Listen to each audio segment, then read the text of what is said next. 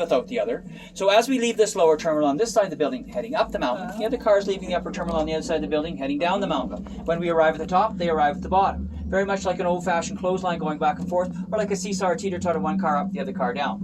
Now, we are not like a gondola system. We don't have the many cars that go round and round. We just have the 2 cars that go back and forth from terminal to terminal. Having said that, we're a little bit more energy efficient because when we stop, our motors stop. Whereas on a gondola system, their cables are constantly going around, constantly using electricity.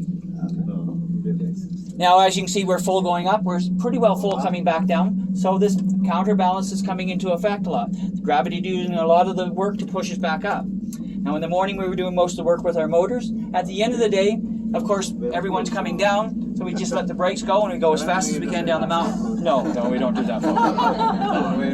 Yeah. So what we do is the motor actually controls the speed and starts and stops us. Very much like when you're going to drive down the road, you're feathering the brakes to keep you at a constant speed.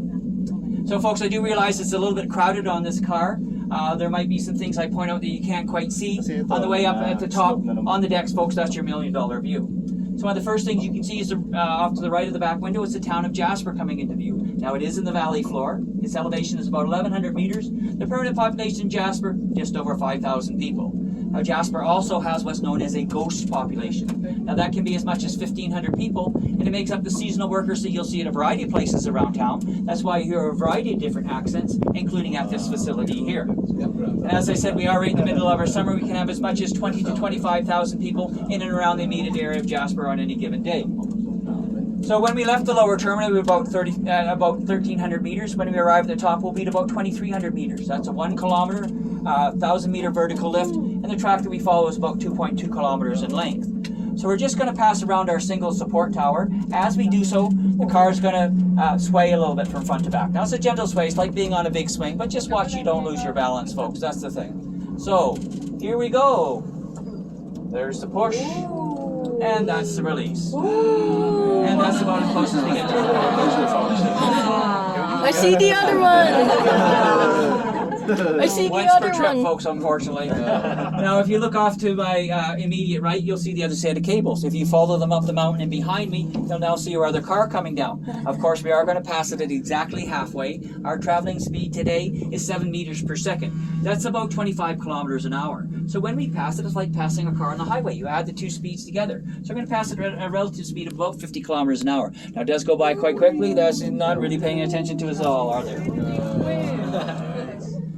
So, since we are a bit crowded, what I'm going to do is give you a panoramic view of the mountains. I'm going to start off to the far left here, work my way right around the back of the car, all the way back to this mountain here. That way everybody gets a little bit of a view.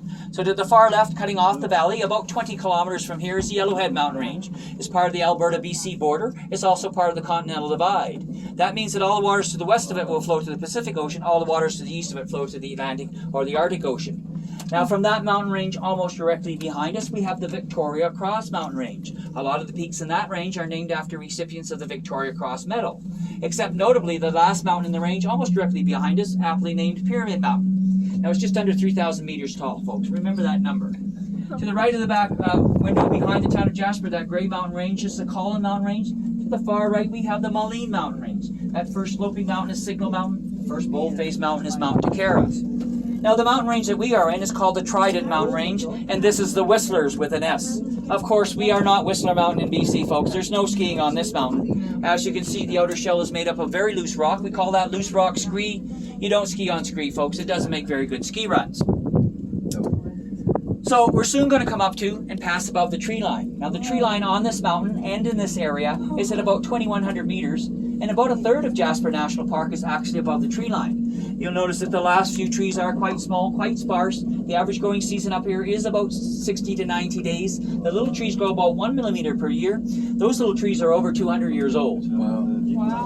So above the tree line, we are in an alpine tundra. We have mosses. We have wildflowers. Again, because of the very short growing season, it can take as much as 50 years for a flower to bloom up here. And we have lichen. Lichen is all this black and green, sometimes orange and yellow algae that's attached itself to the rocks. Lichen is very important up here because it's one of the main food sources for all the little animals that live up here.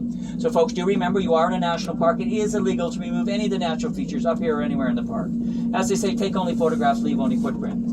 And we do have a bit of a treat today. Again, if you look off to the left, off to the west, you'll see a mountain that looks like someone's taken a big bite out of it. Just a little bit farther to the left, Looking a little bit with the clouds around it, looking like a pyramid, completely snow-capped, is Mount Robson. Mount Robson is the highest point in the Canadian Rockies at 3,951 meters. Now, we don't see it very often. We didn't see it at all in July, folks. So this is the first time we've seen it for a while. We see it about 10% of our running time, or about 30 days during our season. The mountain range in front of it, 20 kilometers away, it's 75 kilometers away, almost 4 times the distance. The other thing is, other perspective, folks, Pyramid Mountain behind us. Add the distance we've gone up on this tram, a kilometer to the top of it, that's how tall Mount Robson is. So we are slowing to come into our upper terminal. In the upper terminal itself, there are washrooms and a gift shop on the main floor. The second floor has our restaurant. Now it has this nice panoramic view. It has a nice little menu. It also has some beers and wines. Some craft beer, some crafted right in Jasper itself.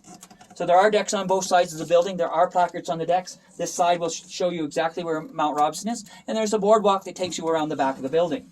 Now if you